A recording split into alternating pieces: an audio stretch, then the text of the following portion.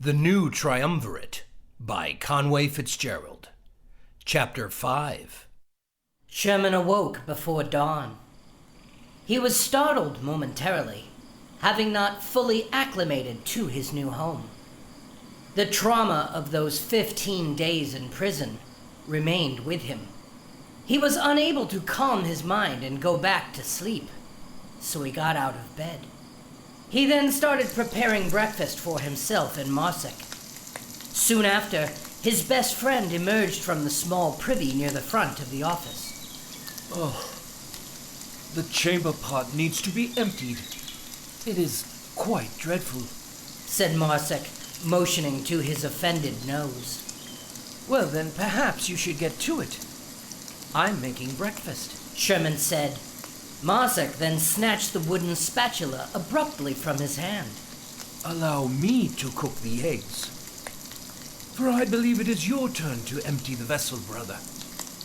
I did it last, Marcek reminded him. I'm afraid it was I that last emptied it. It's your turn, Sherman insisted, reaching for the spatula. That was 3 days ago, my friend. 2 days after we moved in here. I did it last time, the evening prior to last.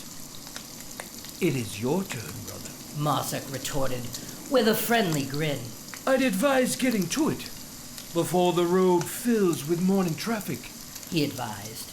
Sherman huffed and then put on his leather poop apron. Very well then, don't eat all the eggs. We have very little left.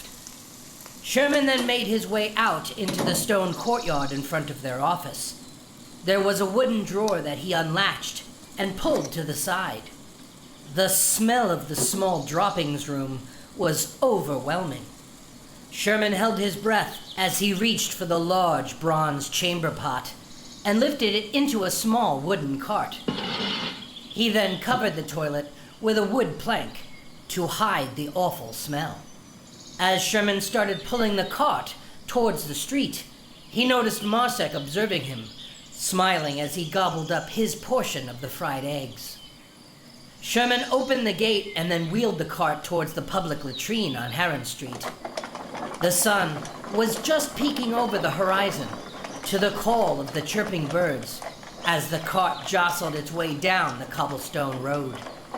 When Sherman reached the destination, he poured out their mutual contributions from the last couple of days into a pit designed for fertilizer collection.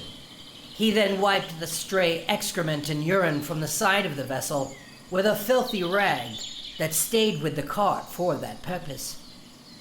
He then wheeled the empty vessel back towards the office.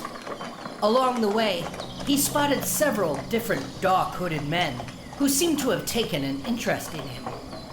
They watched him closely as he wheeled the lightened cart back to the office with a heightened urgency. When he reached the entrance of the exterior gate, he noticed there was a woman in a dirty blue gown with a white wimple on her head. The shape and clothing of the woman looked very familiar from behind. She then turned to him. Sherman, asked his mother, Galena. She had a tired and confused look on her worn face. Mother? What are you doing here? He asked, confounded by her presence. He embraced her, and she forced him away. What have you done? She yelled in her northern accent.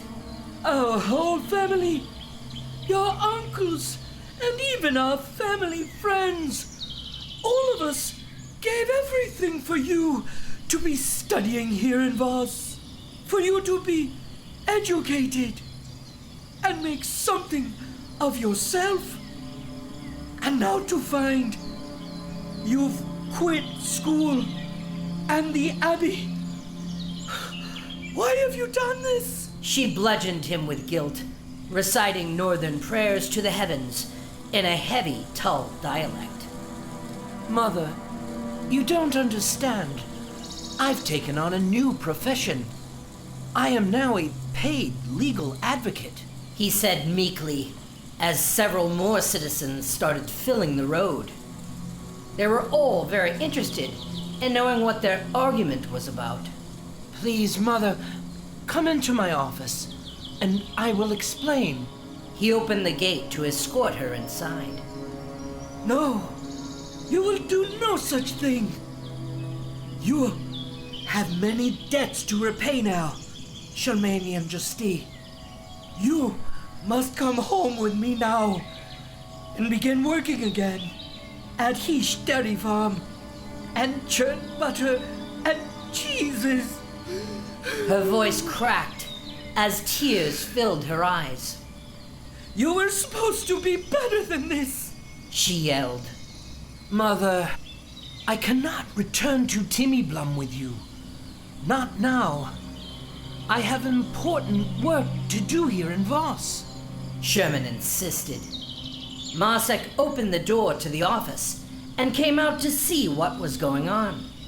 Sherman's mother pointed at Marcek and screamed at him next.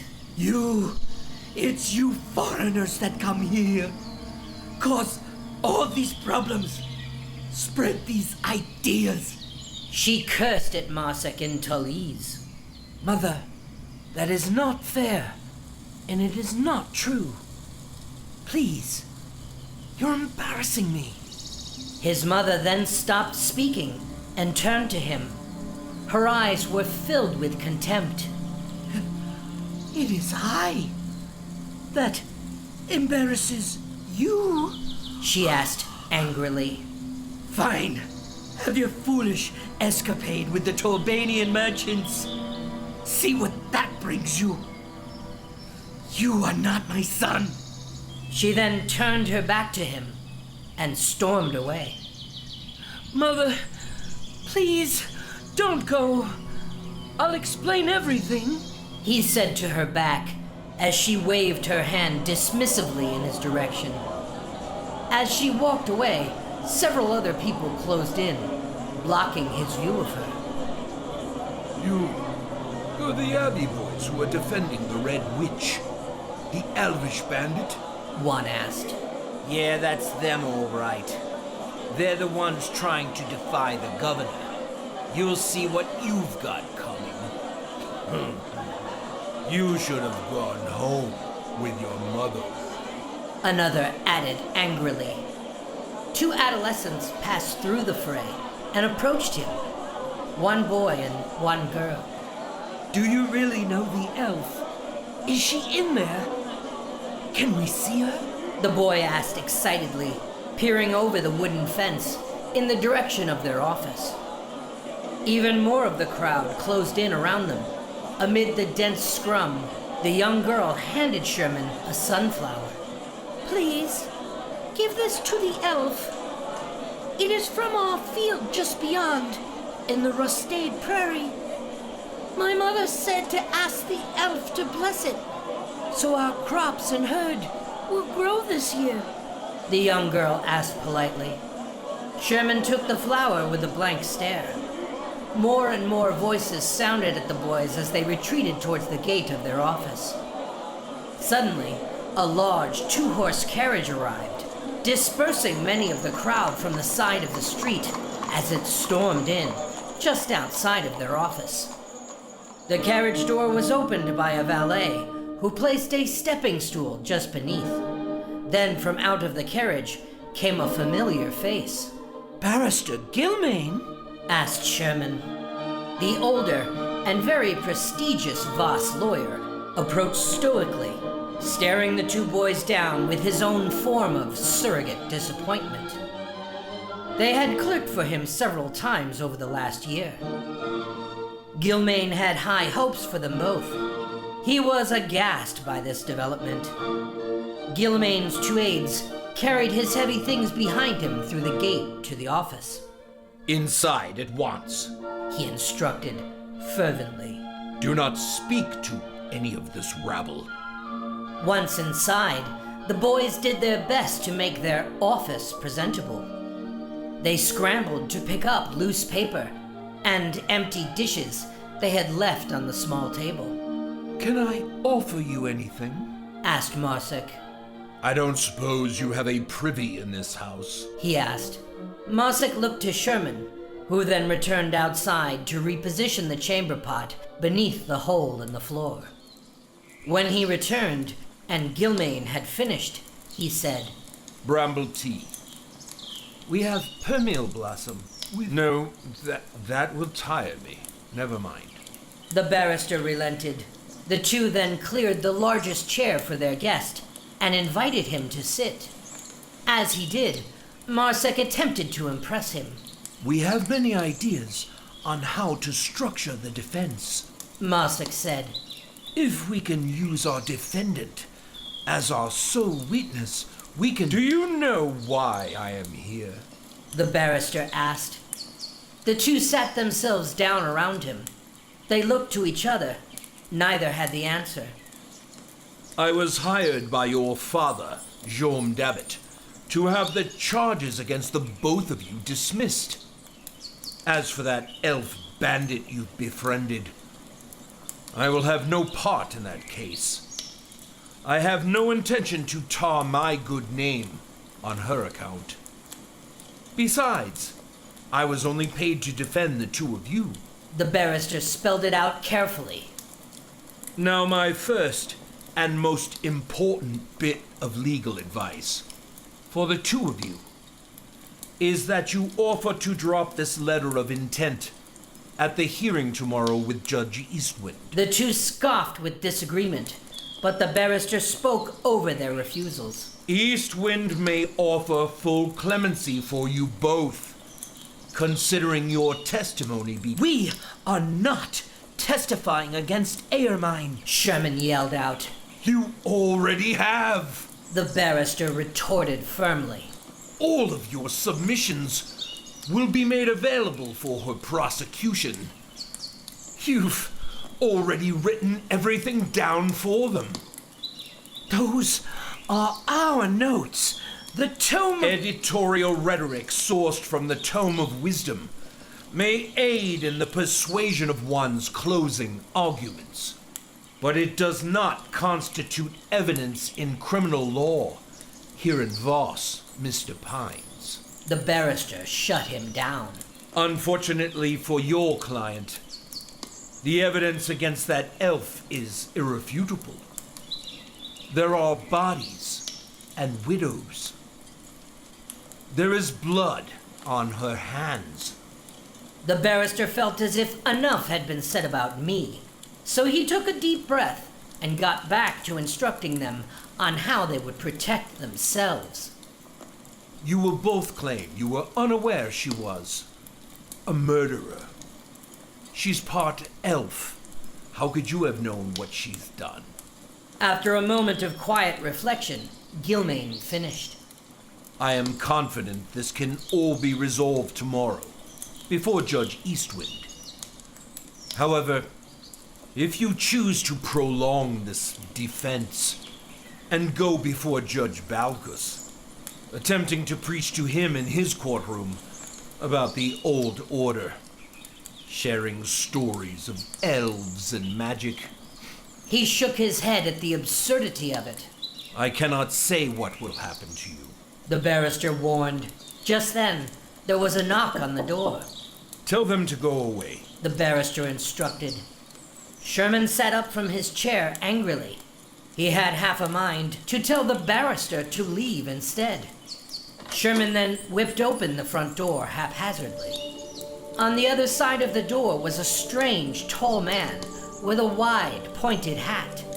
His face was very pale, round, and remarkably plain. His black cloak descended from his neck to the floor, completely hiding his feet. As he entered the small office, his steps were so smooth, it appeared as if he was floating on air beneath his cloak. May I help you? Sherman asked. The strange-looking man smiled at him and nodded. He pointed at him and spoke with a very strange accent. Good afternoon. I am a friend of the accused, Tia Aermine. I am told you are representing her. Yes, said Sherman. No, they are not. Said the barrister. Yes. Yes, we are, said Marcek, as he stood to join Sherman's side near the front table. The strange man nodded at the boys and smiled in a very plain way. He then pulled a small lacquered chest from his large black cloak. He placed it onto the table gently before them. The barrister approached to get a closer look at the man as he opened the wooden box. He then took out stacks of coins, precious gems, and other expensive jewelry, and placed them on the table before them. Then he brought out even more gold, and then even more valuables. The boys had never seen so much treasure. They were speechless. I wish to make this donation towards her legal defense. This is for you, the man said to them, waving over the stacks of treasure. Her friends and supporters would like to see her prison accommodations improved during this trial. She cannot survive without the air and the sun. Perhaps detention in the South Tower would be appropriate, given her status. We will pay whatever is required to see that her defense be well funded.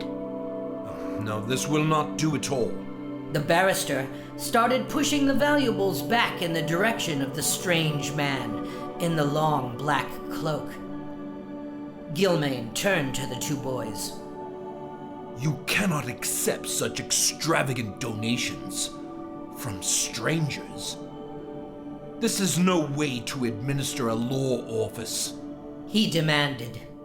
Marcek looked to Sherman, who then looked up at the strange man in the large pointed hat. Might we ask who you are, and how it is you know Miss Aermine? Sherman asked politely. The strange man looked flustered. Suddenly, from underneath a lapel of his large cloak, a small winged creature flew out and got Sherman's attention. It was Faye Hareslet. Hey kid, stop asking so many questions, she signed. Just say yes and thank you, she signed again emphatically. She then flew back underneath the strange man's lapel before being spotted by the barrister, who was still inspecting the coins and jewelry closely. You're going to have to take these gifts back, I'm afraid. The barrister started, but Sherman cut him off. Yes, it's fine. We will accept this donation on her behalf. Thank you, Sherman said to the man with a smile. The strange-looking man offered him a nod and an awkward smile in return, and then floated backwards towards the door. Sherman followed after him hastily, opening the door and allowing for him to leave without another word. Sherman then left the door wide open. The crowd outside of their office had grown considerably.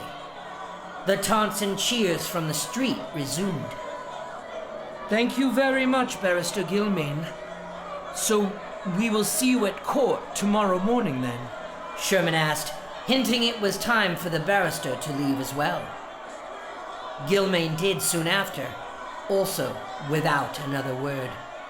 After he left, the boys regrouped. They took in the sight of the fortune that now rested on their modest table. What do we do with all of this? Marcek pointed at the mound of treasure, afraid to touch it. Well, let's hide most of it, he said, returning most of the precious items back into the lacquered wooden box. The rest, well, let's go get our client moved, Sherman said confidently. The following morning.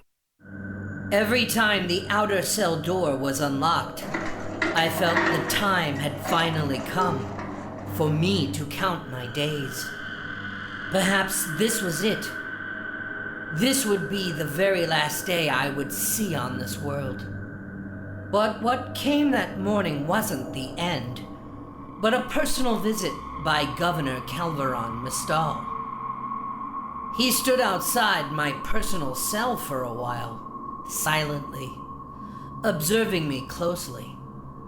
I rolled over in my straitjacket away from him, away from his sight.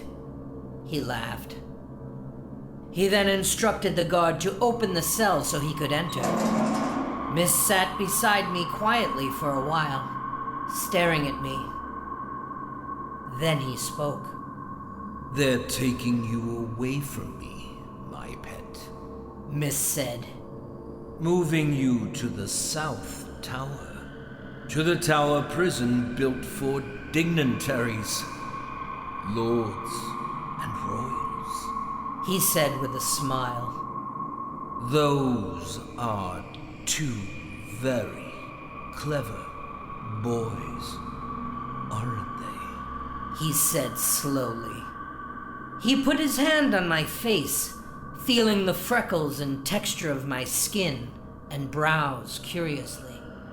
Do you know what they did? Somehow, they paid to have you bonded as an elvish queen.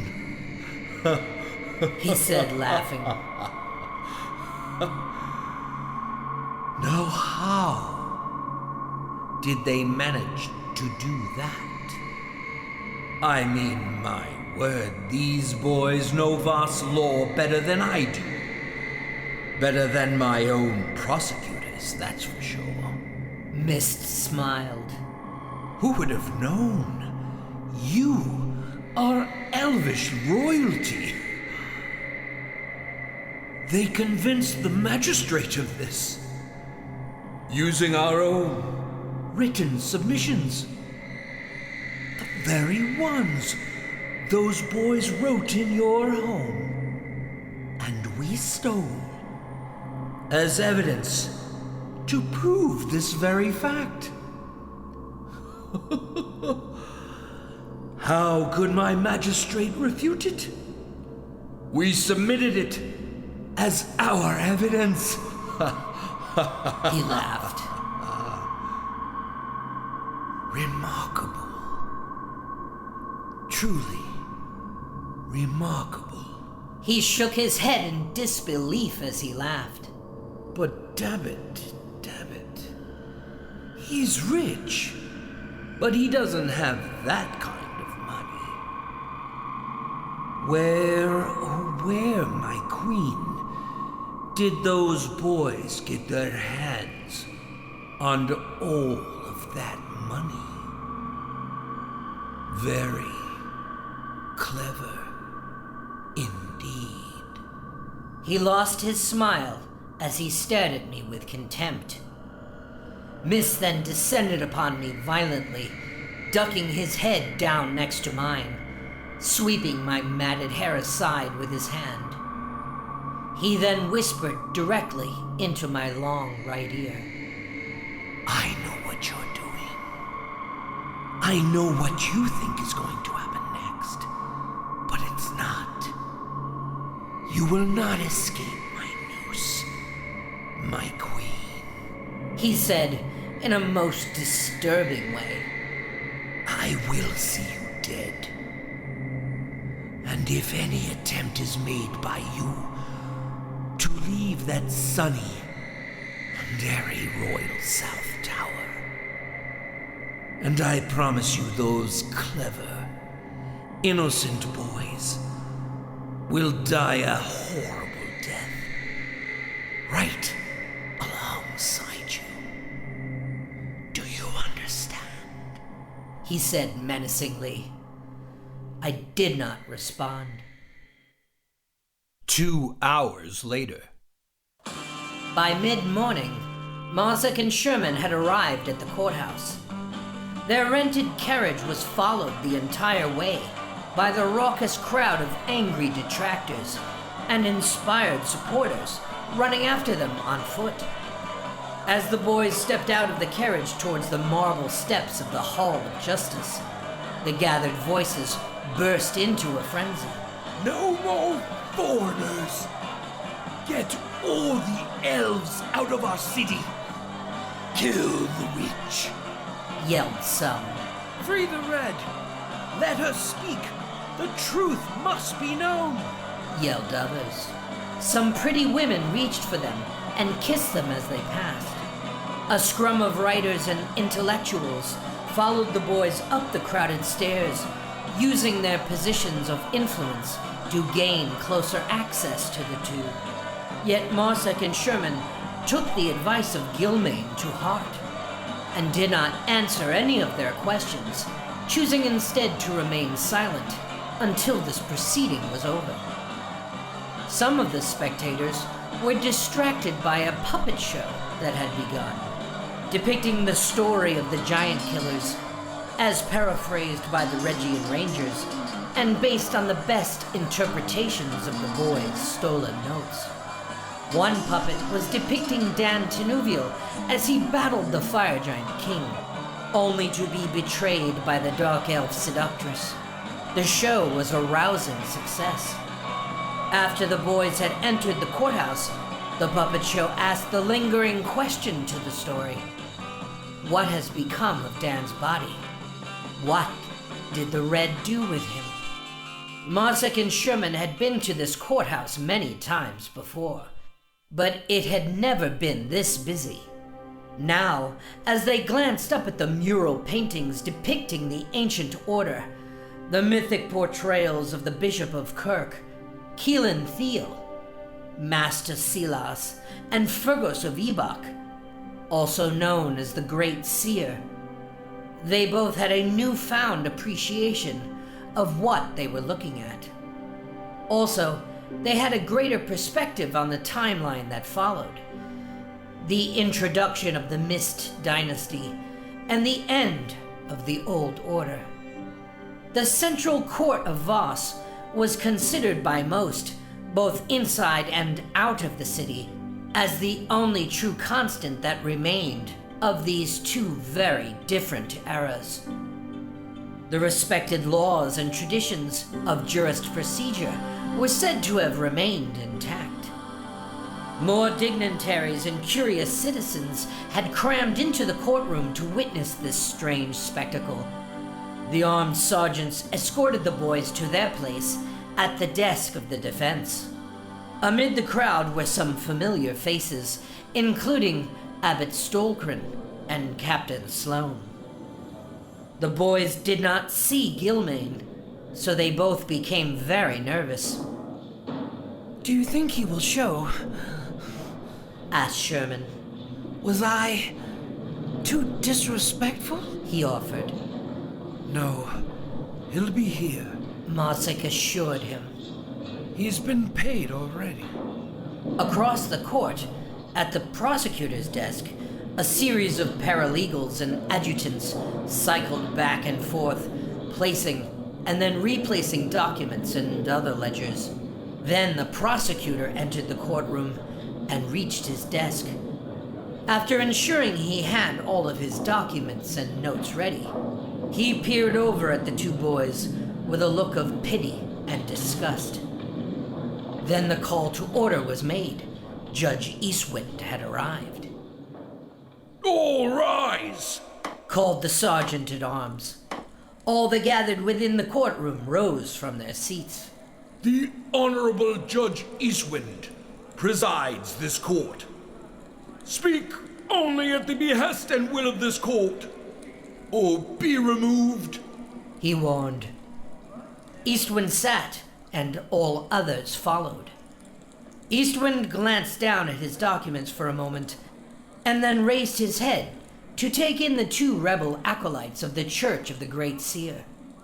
They both returned his gaze with a tempered smile.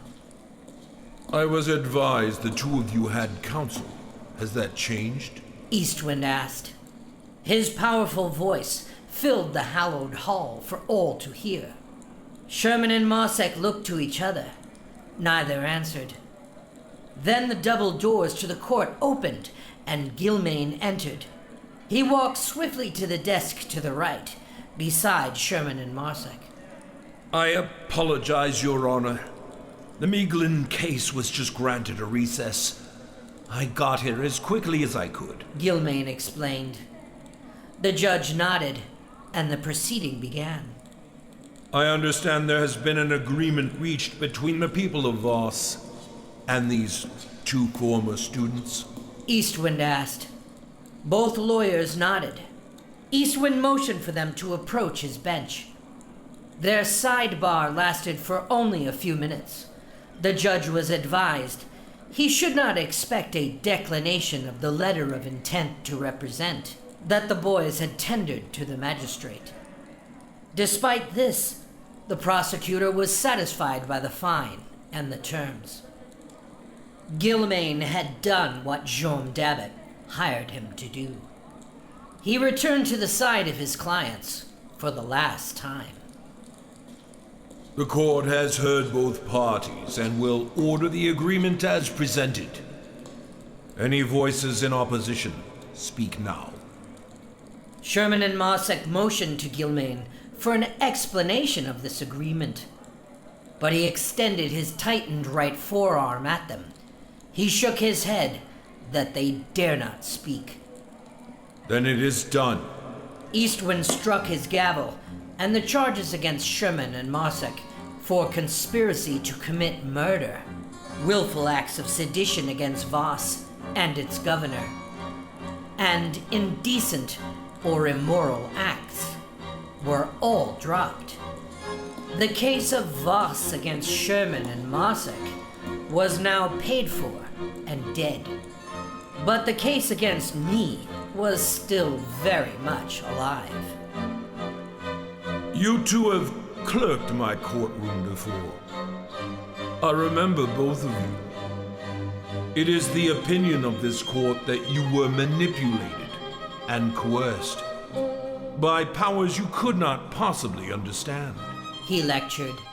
I was instructed by the barrister, your legal advocate, that despite this knowledge, you both still plan to pursue a legal defense for the elvish brigand known as the Red.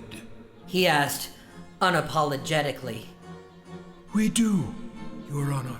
Responded Marcek. Sherman nodded soon after.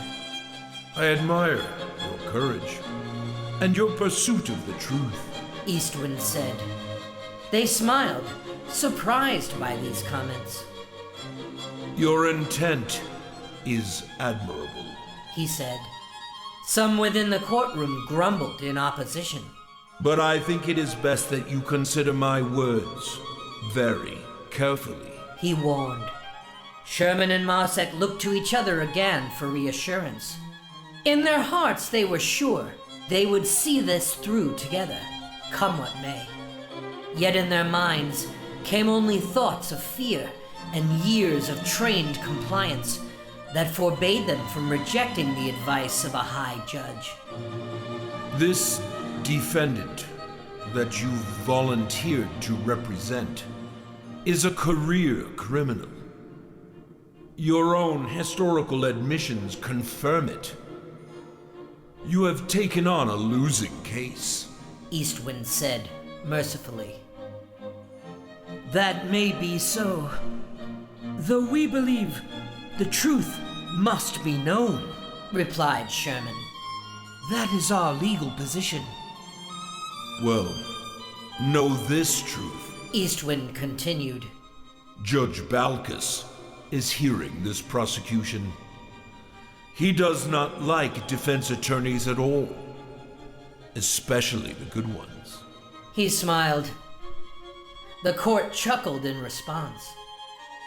Losing a case like this in his court, seeing one's client executed as a result.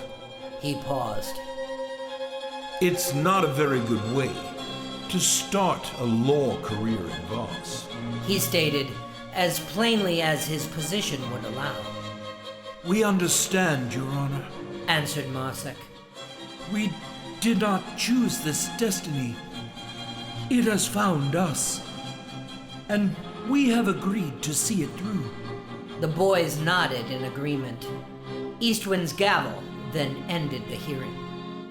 As I was being transferred to the South Tower, Sloane was advising some of Voss's most dangerous gang members of some very interesting new developments. The Beaver Teeth gang were numerous in Voss and well organized. If paid by one merchant, they could be certain to thwart a competitor's business very effectively. They essentially built commerce dams, as was their slogan and symbolism. Sloane explained to the Beaver Teeth that somehow Sherman and Marcek had come into a great deal of cash money. It was likely the stolen booty of the Red, handed over in desperation to two helpless students. It was most certainly being kept in their small office on Heron Street. Despite sharing this tip, Sloane did not intend for them to kill the boys. Yet he knew they would do whatever they must to take what they wanted, and that would be everything of value they could find there. It was an invasion blessed by the chief sheriff of the Voss prefecture. How could the Beaver Teeth refuse?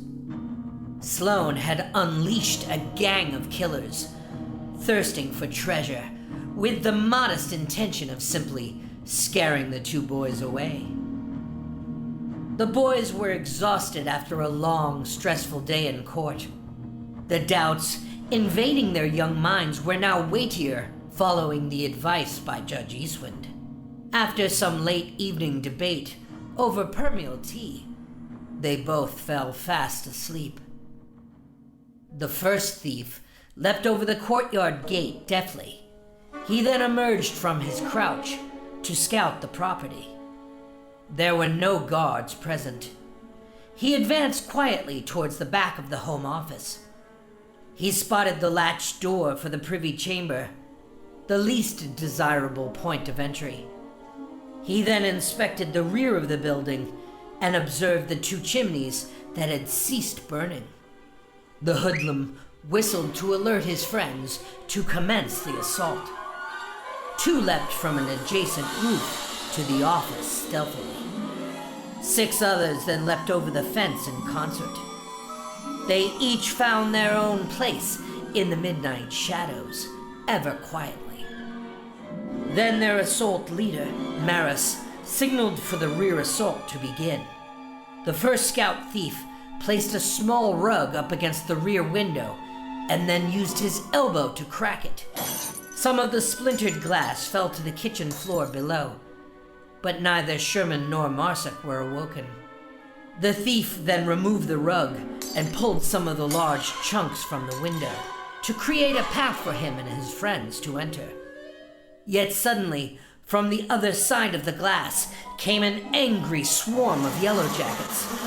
As if he had just stepped on a massive nest, the thief and his 2 approaching backups were overwhelmed by the angry flying insects. As the swarm stung them repeatedly, they called out in pain and fled back over the fence. Another thief emerged from the back of the building, swatting away the lingering bees. A hornet's nest! He blurted at his leader. Maris was disgusted by this display of fear and lack of discipline. He swatted away several bugs, as he then led a frontal attack on the front door of the office, up a small flight of stairs. As he approached the wooden stairs, he pulled his dagger. He looked ahead to the doorway, and below him hissed a deadly cobra. It was a massive snake. Its hiss was terrifying. As one of his cohorts approached from the other side, another massive snake greeted him, blocking his way to the door. They must be illusions. This is spellcraft. Move forward, Maris commanded. He was greedy and therefore undeterred. But all 3 thieves that approached the door were all soon bitten by the deadly poison snakes. The sting of their venomous fangs were very real indeed. His men cried out in pain. The snakes hissed at Maris, so he retreated. A few other members of the gang approached cautiously to help their bitten comrades escape the snakes. They pulled them away to safety, yet they would all eventually succumb to the deadly venom. From underneath the roof overhang of the courtyard emerged a bat, flying high into the dark night. Then another followed. As the beaver teeth regrouped in the courtyard, they were suddenly overwhelmed by a seemingly endless colony of ravenous bats. This place must be haunted. That bastard Sloane has set us up. Retreat! Cried Maris as his gang retreated over the fence to Heron Street. They gathered their bitten and wounded and fled back to the safety of their home tavern a few blocks away. Sloane and Paru observed the entire event from afar. Sloane could see now it wouldn't be that easy. Faye Herslet flew to the broken kitchen window in the back of the home office. She created a wall of ivy and thorns, covering the breach in the glass window. She then flew up to the roof of the house to hear the whispering wood, to ensure no other gangsters were willing to test her defenses. They were not. On this night, she had prevailed. Thanks so much for watching, everyone. If you haven't yet, please subscribe and ring the bell for notifications so you never miss an episode. Be sure to smash that like button and comment below. It helps a lot. If you'd like to help me get this book published, please consider becoming a Patreon supporter. And as always, be sure to share this story with all of your friends on your favorite social media.